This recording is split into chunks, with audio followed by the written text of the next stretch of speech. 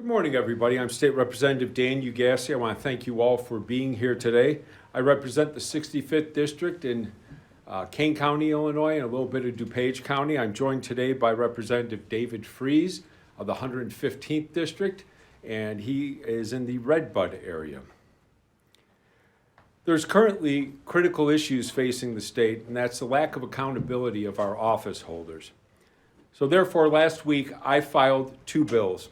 House Bill 5924, as well as House Joint Resolution Constitutional Amendment 22. These bills would address this lack of accountability of our office holders to the people of the state of Illinois.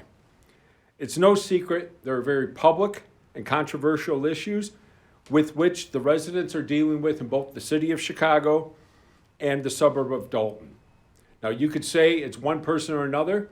I have my idea of who it might be that's responsible based upon the reporting I've heard and who is purportedly doing what and their level of approval, but I don't know for sure. This bill, though, the first bill, the one that would create a statute, HB 5924, would allow for removal of those local elected officials should the people of their communities believe it is appropriate. It could also have been used at a time for Cook County State's Attorney Kim Foxx when she held office and was not doing apparently what the people of Cook County wanted as far as prosecuting cases, or else I believe she probably would have run for office again.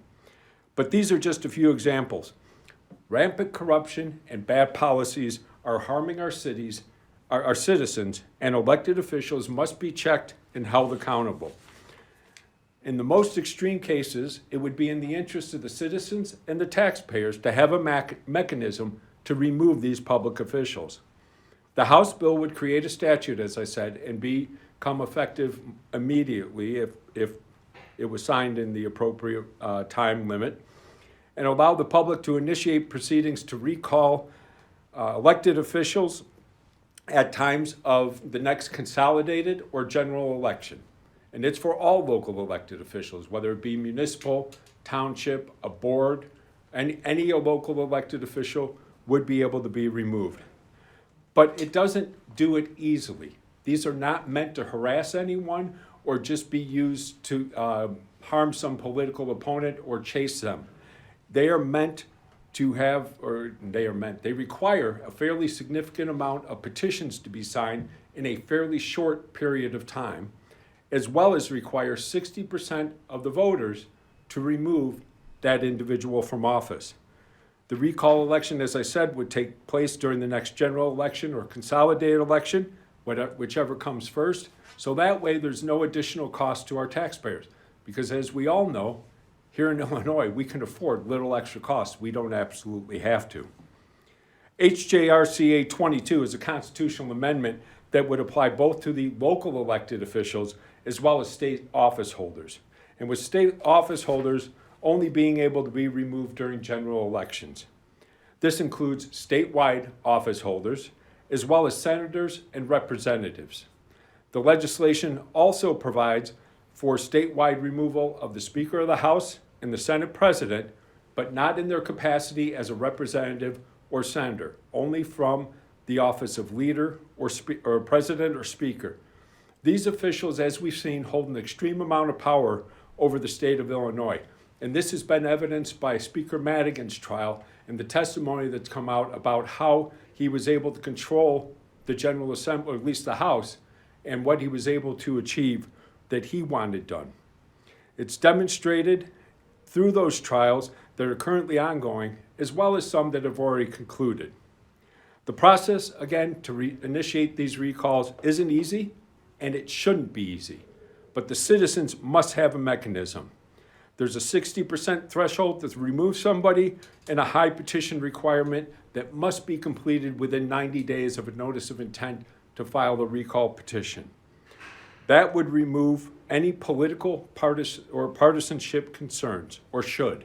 Again, not meant to harass anybody. The processes outlined in these bills would be practical only in extreme cases, but here in Illinois, we have seen currently in Chicago and Dalton, and actually across the state, as mentioned in the prior trial, that we continue to deal with the extreme.